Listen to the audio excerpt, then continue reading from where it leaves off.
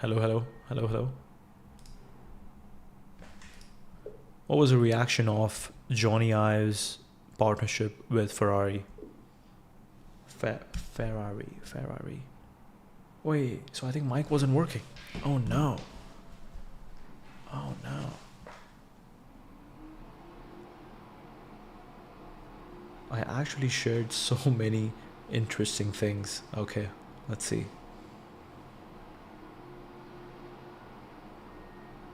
Wasn't working.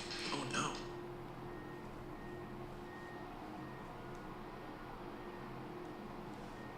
Oh no. We were muted. Oh no. Okay. The reaction to Jony Ive's, not Johnny. Jony Ive. It's Sir Jony Ive collaboration with Ferrari on the loose. Their first all-electric vehicle has been intense and deeply polarized. The interior was revealed on February 9th in San Francisco. Immediately ignited debate. Criticism has been sharp. Several prominent designers branded the cockpit utterly inappropriate for a Ferrari, with one calling it soulless. Peter Stevens, designer of the McLaren F1, was particularly blunt. He suggested that if you removed the prancing horse, the interior could belong to a medium-sized Honda. The core complaint is that it feels more like a premium Apple product than an Italian supercar. On enthusiast forums, commenters described the cabin as Apple's design language copy-pasted onto a Ferrari, simplified to the point of feeling generic rather than deeply automotive. Ive has long criticized giant touchscreens in cars, yet critiques noted that Loose still featured multiple OLED displays, circular digital dials, and an e-ink key fob, prompting mockery of the anti-screen rhetoric. Centers on craftsmanship and philosophy. Those who have inspected the components in person report extraordinary execution, with almost every touch point being aluminium, leather, or glass, and tolerances measured in millimeters. Prioritizes physical tactile controls over touchscreen menus, a deliberate counter to the industry trend. This seems like one of those things where a company would hire McKinsey or a big consulting firm to take a decision, so that if anything goes wrong, they can just blame on that consulting firm, and then they could play this blame game. So over here, it's like, instead of Ferrari trying to design its first interior by themselves, they're like, hey, LoveFrom, here's your chance, go design it, put it out there, we'll get the reaction, and then we will figure out where to go from there. So I think it's good on both. It's good on both the sides. It's good on both the sides. And number one, they actually launched. They didn't just finally launch a car and then they're like, guys, this is what we have built. No, and you're supposed to buy this now. It's more like they launched a promo video. I don't think they have started production over here. This is just like still the V1 built and V1 kind of like first design draft. It's not a draft, but first published draft that, hey, it's still a working thing. So I think from that perspective, it's pretty cool, but it is going to be important to like put your product out there, kind of show a quick demo of your product to get the reactions that, hey, is this something that people would like or not. I think people should have known that their customers wouldn't like this, because their customers are paying, like Ferrari's customers are paying a shit ton of money for a car like that, and they definitely want the peak. They want the peak design. They want extreme what do we say? Extremely aesthetic Italian supercar vibe. They want that. They are not trying to go for Apple OLED screens. Craftsmanship and philosophy. Those who have inspected their components in person. Many commentators on Apple focus sites praise the approach, with one noting that tactile buttons are simply safer, more intuitive than scrolling through menus while driving. The collaboration has already succeeded in one crucial respect. It's made the world pay attention, ensuring Ferrari's entry into the EV market gets scrutinized with an intensity no marketing campaign could buy. So Marky Ferrari didn't just hire LoveFrom for design, they hired them for years of battle-tested thinking from the cancelled Apple Car project that never shipped.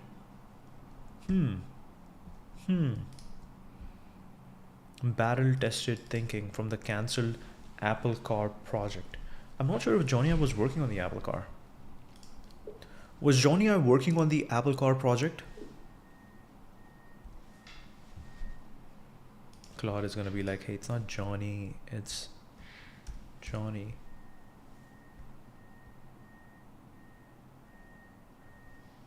Given your interest in DRAMs, feels like a rich case study, the collision between minimalist product design thinking and an emotionally maximalist brand identity. Yes, Jony Ive was deeply involved with Project Titan. The timeline is actually fascinating. From the project Quartz, project's inception, I've had a clear vision, while Steve Zaleski, who initially led the effort, wanted to build an EV to compete with Tesla. I've pushed for a fully autonomous self-driving car. By 2016, he had become increasingly involved as the project shifted from full autonomy toward driver-focused experiences. His involvement went beyond high-level direction. I was so hands-on that he built a prototype model out of leather and wood to show Tim Cook, insisting the car should have no steering wheel and be predominantly voice controlled. Oh my god, voice controlled. And then you have Siri insisting the car should have no steering wheel and be predominantly voice controlled. He even hired an actress to perform as Siri, responding to voice commands during the demo. Wow. When Ive left Apple in 2019, he reportedly continued consulting on the car project. LoveFrom began with Apple as its primary client with a non-compete clause, and rumor has it that Ive and Newsom remained close to Project Titan even after his departure.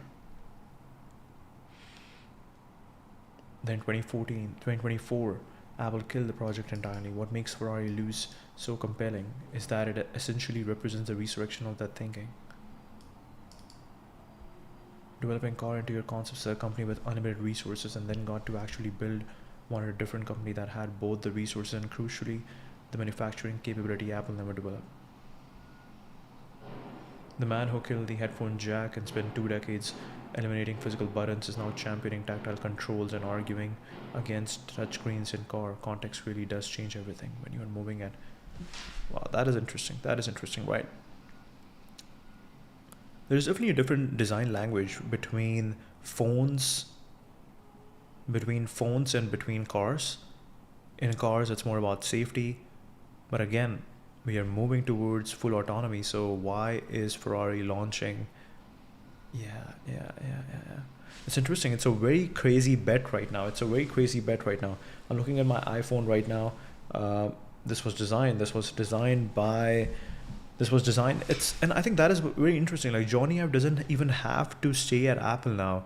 He has built the design. The design principles are so foundational now for Apple that it's going to keep going. It's in the DNA now. So they don't have to really worry about anything. They have to worry, but I think they have reached the peak of mobiles. And now we want to reach the peak for automobiles. And even in the peak of automobiles, you need to understand that, hey, the future has changed. The direction where we are going has changed. The direction where we are going has changed from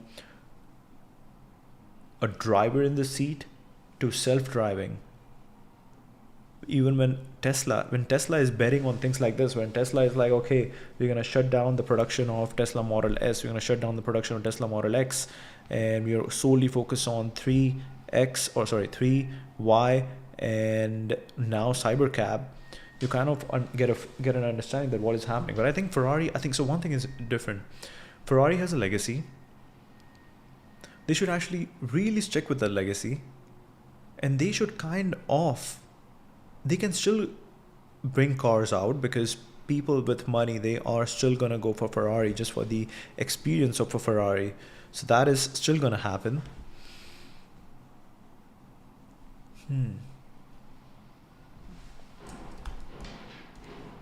Let's see. Croc.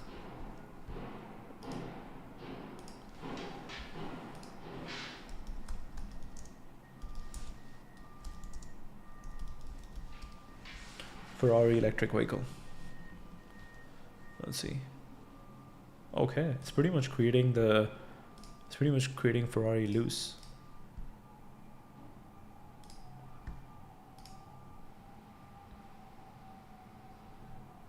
I think this is a car that they already have.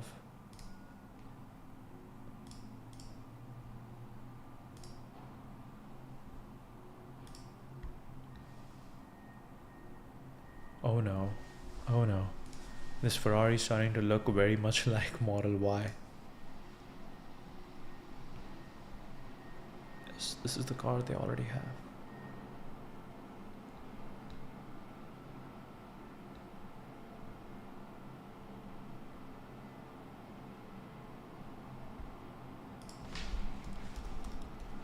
Interior. Let's see what we get. Is this what a Ferrari interior is?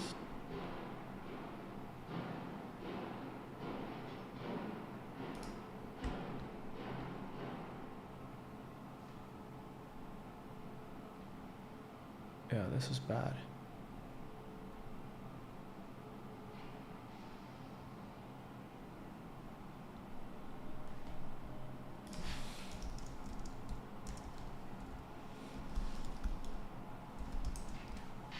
Make it aesthetic.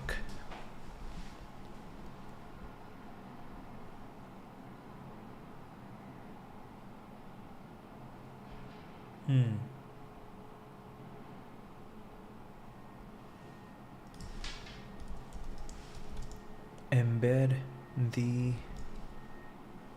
OLED screen into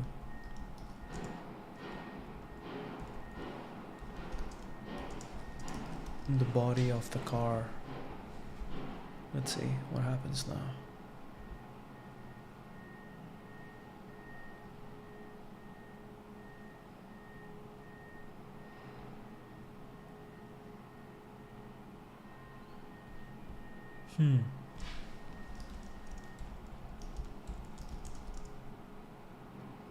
It's the concept is right. Aesthetic interior of a Ferrari electric vehicle with an OLED screen seamlessly embedded into the body of the car, but it didn't do that. None of them are. What is this? This is wrong. Okay, none of them actually did it. Make it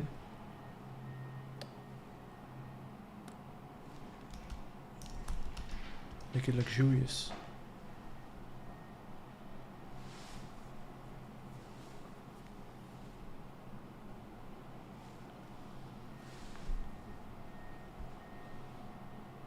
Whoa. Which image do you prefer to keep? Whoa. Both are bad.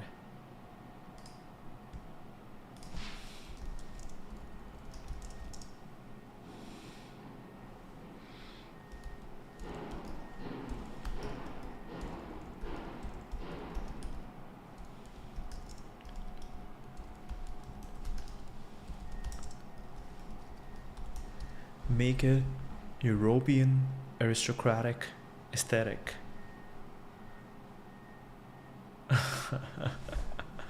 What is this? This is Ferrari. This is your Ferrari. Oh my god. Okay, so now you're getting somewhere, but it's actually nicer than this bland look. I don't think Ferraris look like this, but I don't know why it created something like this. Okay. Okay. Look at this gold plated. Whoa. European aristocratic aesthetic. And this is what we get. There's chandeliers inside the car. This is cool.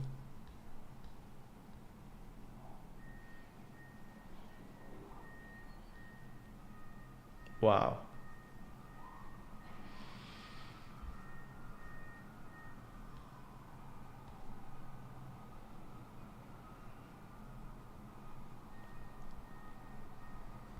This is sick.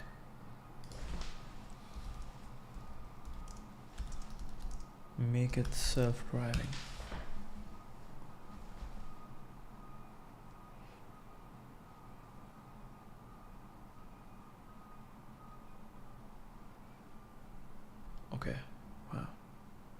Interesting. What do we have? There's a beautiful irony to it.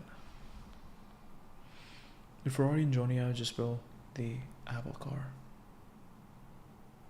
Wait, so this is it? This actually looks very ugly. This actually looks very ugly.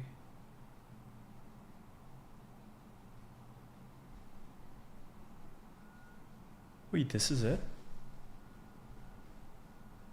Why did it look much nicer? I think the video was shot in a nicer way, so it looked nicer, but this is ugly. This is ugly. Yeah.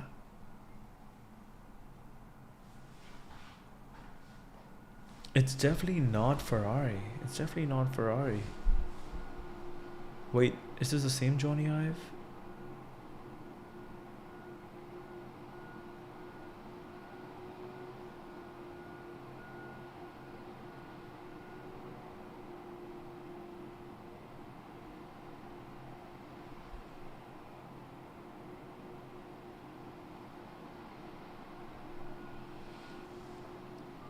Consider what I've said at the reveal. It's bizarre and lazy to assume the interface should be digital if the power source is electric.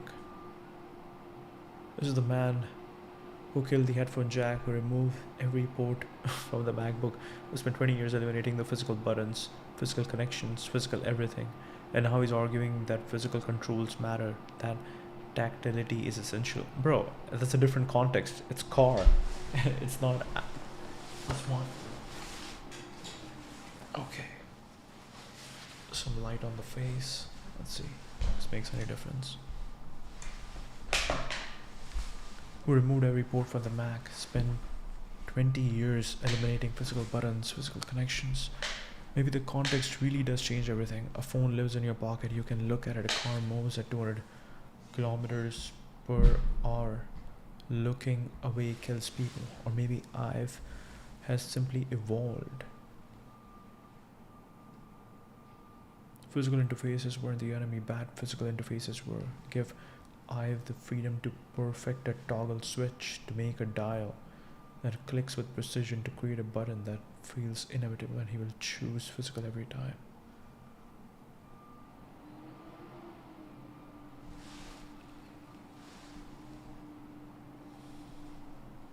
Perfo. Tour. Range. Perfo. Ferrari.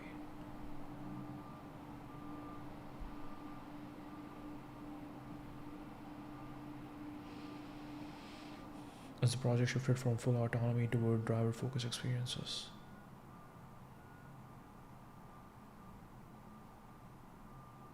Supposed to feature premium materials, minimalist interior, physical controls, and a living room on wheels concept. 2 years later, in 2021, Ferrari announces the partnership. That means conversations started immediately after his departure, possibly before, developing car interior concepts at a company with unlimited resources. This is kind of crazy. This is kind of crazy that it took them 5 years to come out with something that people absolutely hate, and people wouldn't want to purchase a Ferrari that has lost its soul like this. Dry, sport, wet, ice. The May reveal will answer everything.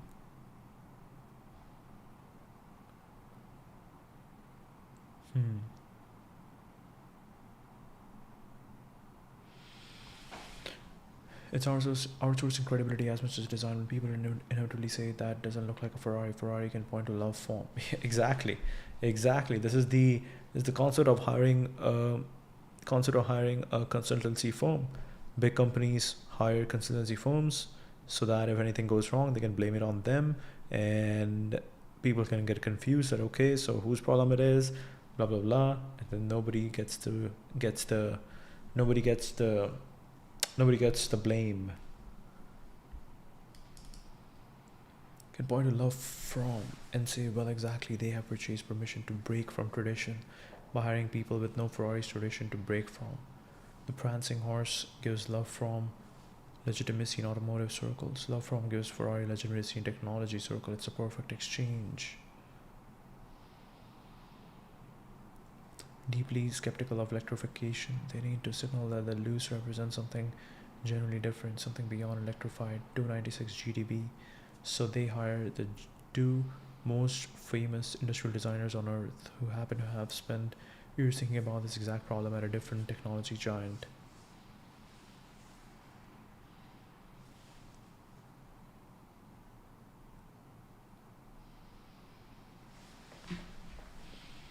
LoveFrom gives Ferrari legitimacy in technology circles. It's a perfect exchange. Did Ferrari want Ive's vision, or did they want Ive's brand? Because what they receive feels unmistakably like Apple thinking while wearing a Ferrari cap.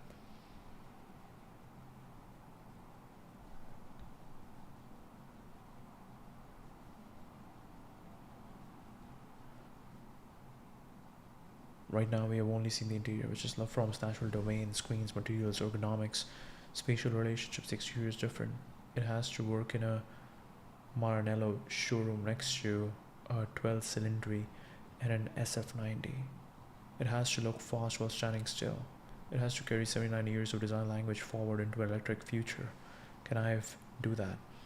Has he ever designed anything with that kind of visual aggression? His career has been defined by approachability, by objects that invite touch, by forms that recede rather than announce themselves. Ferraris don't recede, they dominate spaces, they demand attention. If the exterior looks like an Apple product in May, then this really could be what the Apple car might have become. If it looks genuinely Ferrari, then maybe LoveFrom understands they serve the brand rather than the reverse.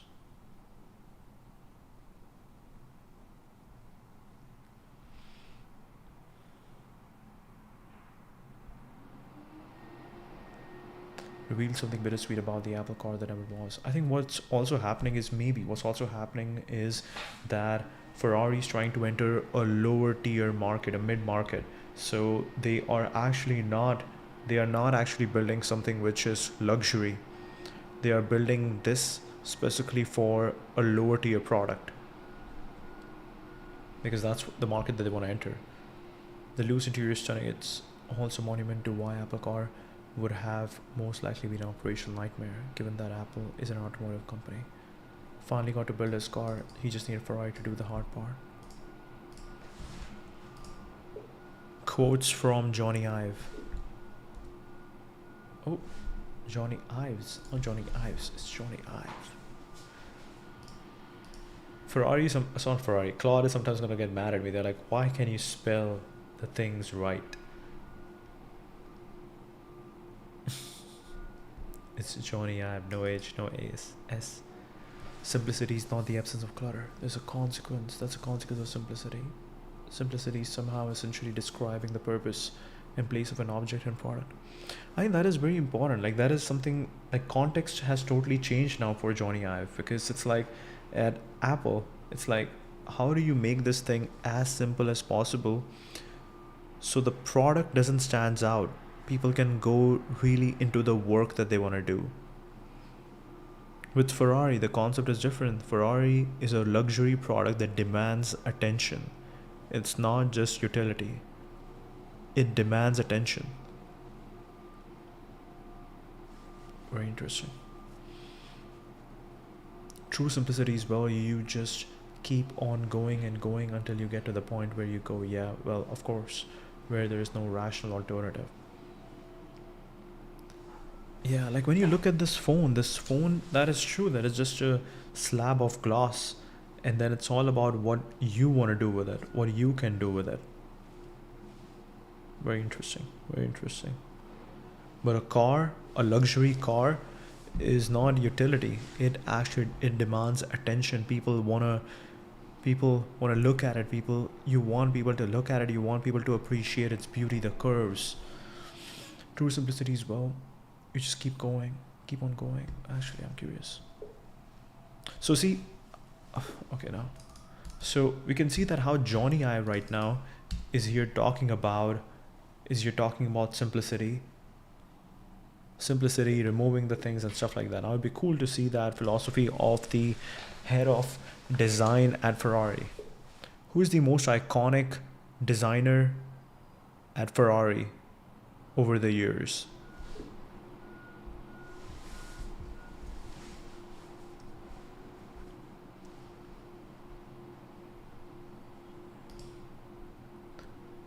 Ferrari's design history is really a story of three distinct eras. Pininfarina, the defining partnership. 51 with a meeting between Enzo Ferrari and Battista Pininfarina at a neutral restaurant in Tortona, halfway between Modena and Turin.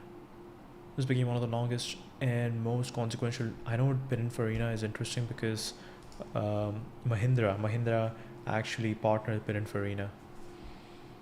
One of the longest and most controversial design manufacturing relationships in automotive history.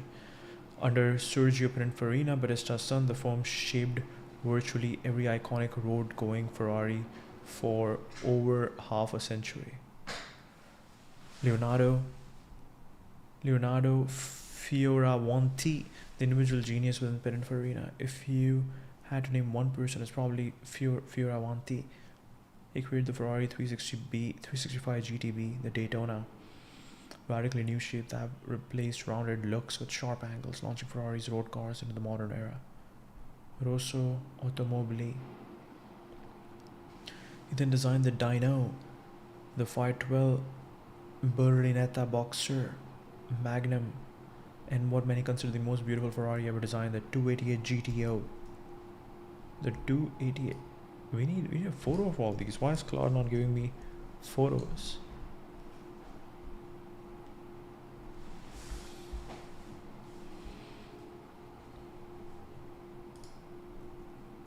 Whoa.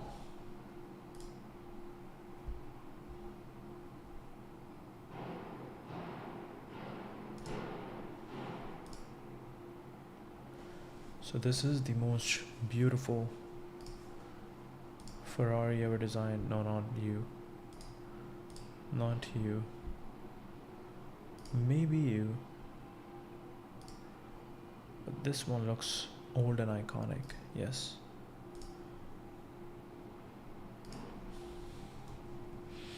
We capped it off with F40, Enzo Ferrari's final masterpiece. F40. F40 is interesting because you got F40 and you also got the SF40, right? Yeah. Velvet gloved prize fighter, F40.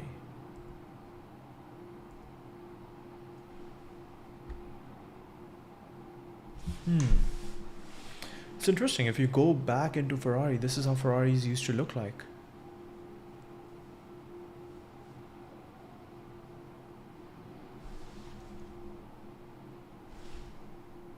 So what Jony Ive is making, how similar is that to this guy?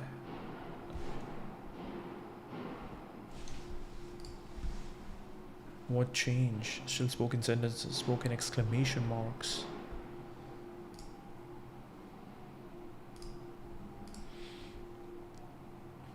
One of the greatest car designers of the 20th century, perhaps as important to Italian culture as Federico Fellini, Flavio Manzoni, modern era. January 2010, director of design, creating an internal, complete, and autonomous style center for the first time in brand's history. Before him, Ferrari had always relied on external coach builders. He's responsible for the LaFerrari, F12 Bernalita, SF90, Puro Sangue, Puro Song, Puro Song, Puro Song, Pure Song, Pure Song Way, Pure Song. This is a bad color. I think it looks much more beautiful. Okay, so if you look at this one, so why aren't people talking about Pure Song?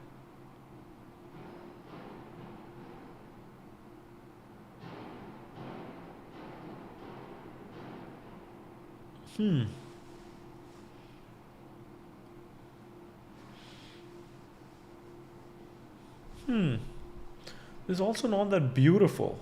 I don't know what people are talking about. Okay. Pure Song. Thoroughbred. Pure Song means pure blood. Thoroughbred. Refuses the S word. They call it an FUV, Ferrari utility vehicle. FUV. It's FUV. FUV sounds like someone who cannot speak properly. FUV, it's an FUV. Also happens to carry your skis to Whistler. Whoa. No hybrid assist. Sings rather than shouts. 12 cylinders inhaling the alpine air and exhaling opera. Welcome doors. Oh, welcome doors. Okay. Okay. These cars are very interesting because it's like, imagine if this was an Uber, people would have no idea why is the door handle over here? Why can't I open it properly? 4 proper seats, active suspension that reads the road like a braille, torque vectoring AWD, lineage reframed, group B that never raced, distill speed into raw experience, soul travel with friends, luggage and rainy Vancouver weekend. Grocery runs and mountain drives, yet it refuses dilution, no downsized engine, no apology. Collaborating with Ivan Newson on the loose, he's racking multiple Compasso d'Oro awards and was named Red Dot Design Team of the Year 2018. Compasso d'Oro. Compasso d'Oro. Compasso d'Oro means gold. Compador. Compadoro. Compadoro.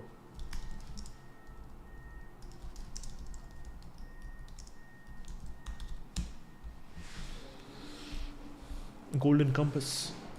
Golden Compass.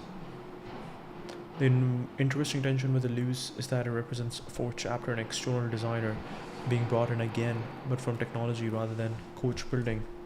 I'm also interested in Pininfarina.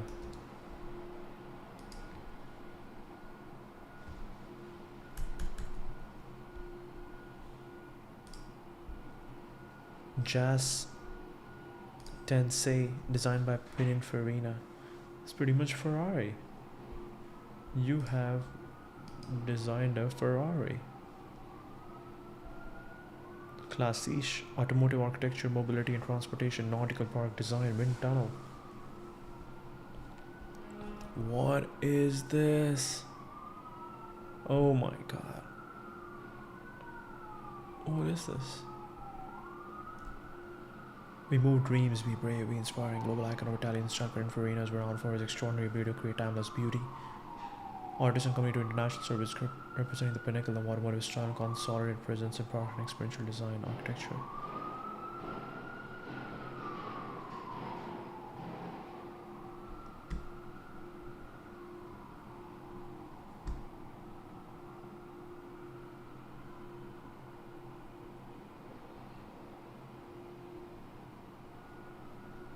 Okay.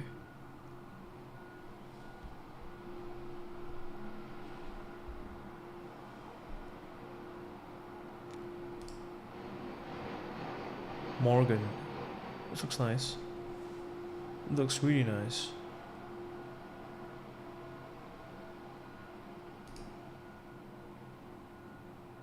This is a pigeon. This is a... I forgot. What do they call it? Bomb? B12 bomber. B12 bomber. Whoa, whoa, whoa. Okay. Pininfarina also designs couches. Seems like this is the apartment that they designed. Condos. They work with Chinese electric brands. Bauer. Whoa. They're designing yachts.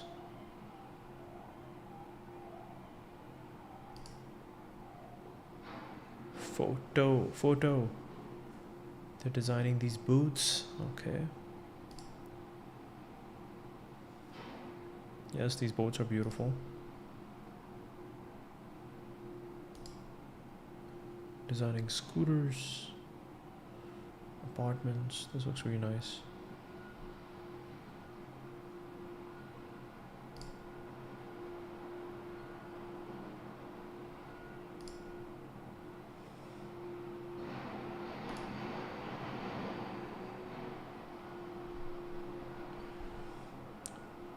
Austin Parker.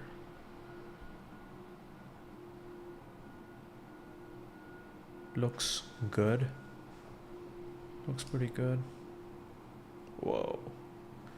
Looks weird. Okay.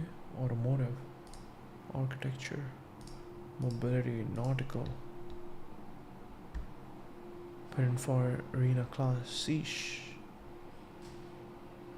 Jet supercar. Rebirth of an icon. Announces the co-optation appointment of Paolo De Lacha, General Manager, Las Vegas, to innovative projects. 95 years at the Salone Auto Torino. Oh, here's the weird Ferrari we saw. This should be one of the nicer Ferraris. Wow, it's a sick photo. It's a very sick photo. Beautiful places, beautiful art. Italian excellence takes the helm. GM Danilo Magnisi to present the future of Austin Parker with Unica and Iconica. Cannes Yachting Festival. Majority shareholder for Signature. First ever Pininfarina Academy. JAS, JAS. Italy, China. One of our offices. Cambiano, Grugliasso, Turin, Milan, base. Portolotti, La Spezia. Shanghai, Miami, Florida, New York, Americas.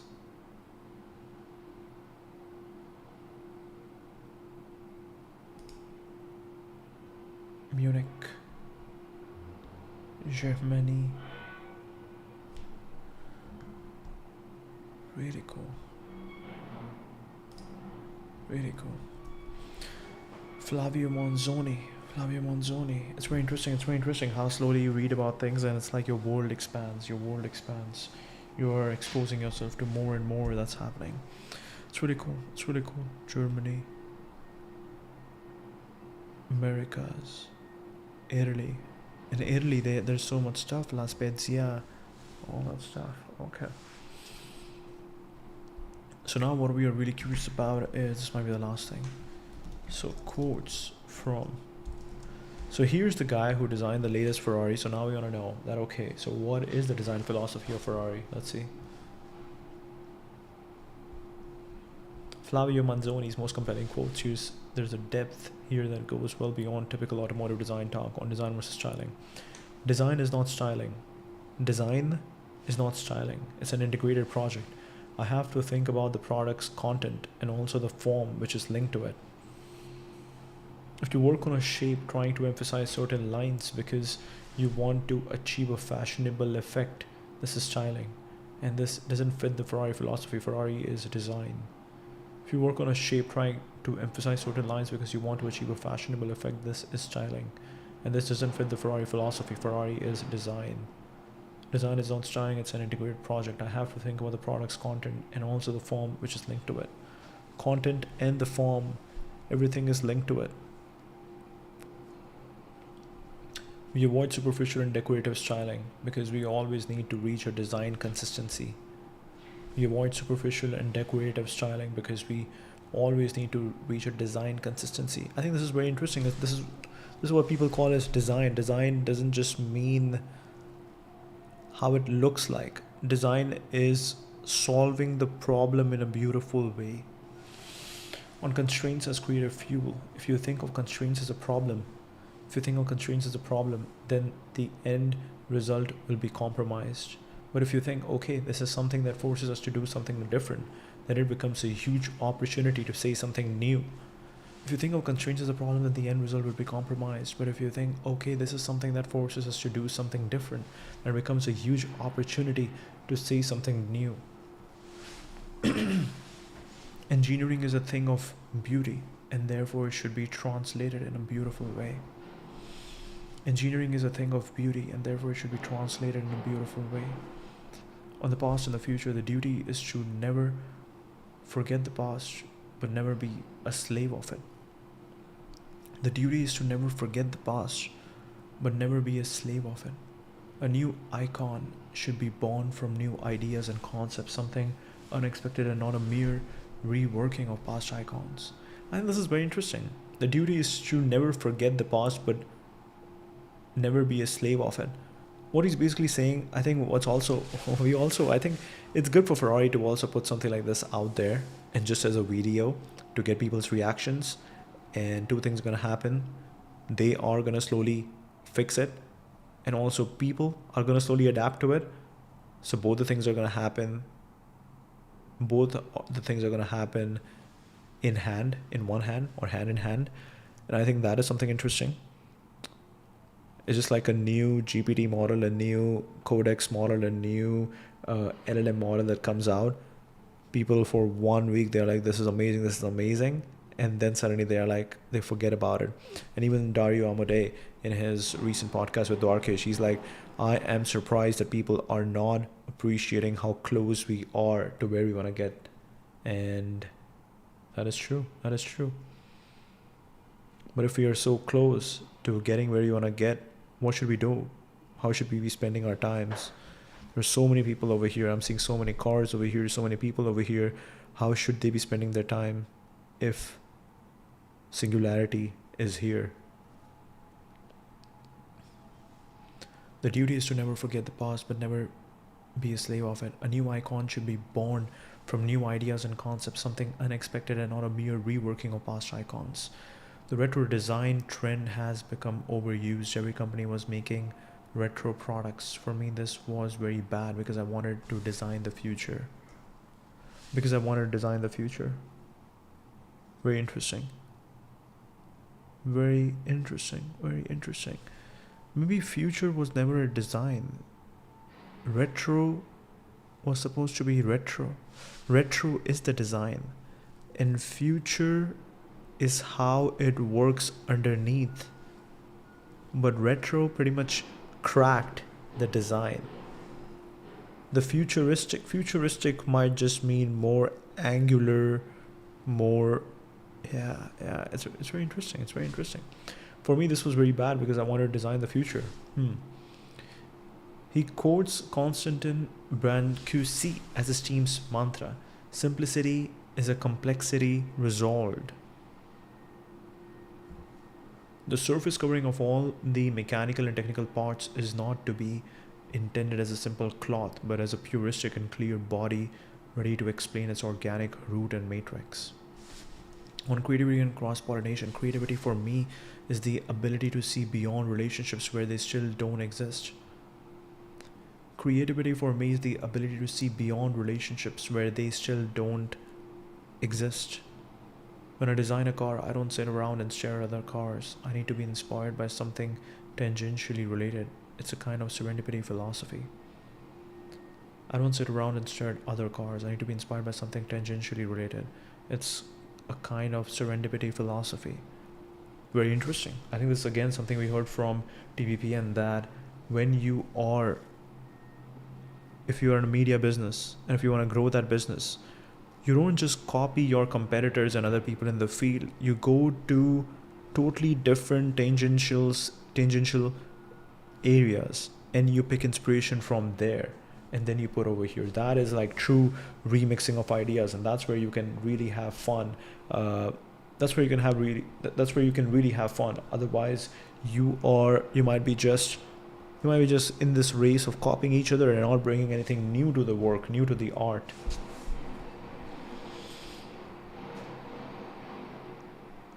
If you are too focused on car design, you risk becoming banal or repetitive. Inspiration can come from architecture or an installation by Anish Kapoor, or from music. Who is Anish Kapoor?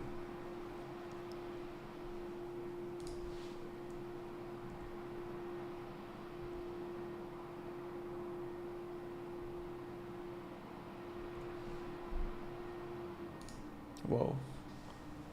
Spatial experience that rearranges your perception. Place culture into space, you warps space itself. Cloud gate or sky mirror turn the viewer into part of the artwork. You see yourself, the sky, the city, pour into liquid geometry, the world gets remixed in real time. Void as presence, pieces such as dissension, or his pigment voids create the unsettling sense that something is both there and not there. Matter becomes philosophical, absence gains weight, architecture as sculpture. Installations like Leviathan transforms entire buildings into internal organs of experience. You do not look at it, you inhabit it. Material behaving like a concept, wax, mirror polish, steel, Vanta black like pigments, water vortexes. Materials stop behaving like materials and start behaving like ideas. Felt reality, not surface. Ben's perception. Ben's perception on the emotional dimension. It must be extraordinary not only in terms of performance but also extraordinary in terms of beauty. It must be a dynamic sculpture. Dynamic sculpture. Wow, wow, wow. Yeah, a car is art. A car is basically a beautiful sculpture that you see in a museum, but it actually moves. You can actually sit in it and you can actually move it. A car is a dynamic sculpture. A car is a dynamic sculpture. One thing is the dream of a child, the other is the job you have to do. If you want to create a dream, you have to work very hard. It's sometimes also a nightmare. If you want to create a dream, you have to work very hard, sometimes also a nightmare. I agree with Enzo Ferrari, who said that the most beautiful Ferrari is the next one. Luxury doesn't belong to a material dimension. Luxury is a state of mind. It's the privilege to take a little bit of time to do something you love. For me, to play the piano for 2 hours. Luxury doesn't belong to a material dimension. Luxury is a state of mind. It's the privilege to take a little bit of time to do something you love. For me, to play the piano for 2 hours. Form isn't decoration but an organic expression of what the object is. Yet he adds something neither of them quite articulate, the idea that a Ferrari must be emotionally operatic, not just resolve. The Brancusi code as a mantra is also fascinating, essentially the design equivalent of the Upanishadic concept of neti neti, stripping away until you arrive at essence. Alright.